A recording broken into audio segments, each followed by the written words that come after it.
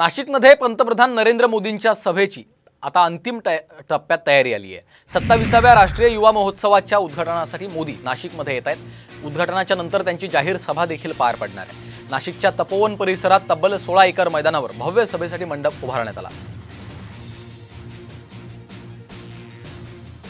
तर मोदींचा नाशिक दौरा कसा असेल त्यावर एक नजर टाकूयात। सकाळी 11:30 वाजता नाशिकमध्ये पंतप्रधानांचं आगमन होईल। रामकुंडावर गंगा गोदावरीचं जलपूजन आणि आरती, त्यानंतर गोदा घाटाची देखील पंतप्रधान पाहणी करतील। नाशिकच्या पुरातन काळाराम मंदिरात श्रीरामांचं दर्शन घेतील, पूजा आणि आरती करतील। काळाराम मंदिरात भावार्थ रामायणाचा देखील ते पाठ करतील। मिरची हॉटेल चौक ते तपोवन मैदानापर्यंत त्यांचा रोड शो असेल।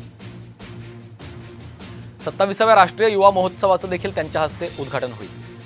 तपोवन मैदानावर मोदींची जाहीर सभा होईल।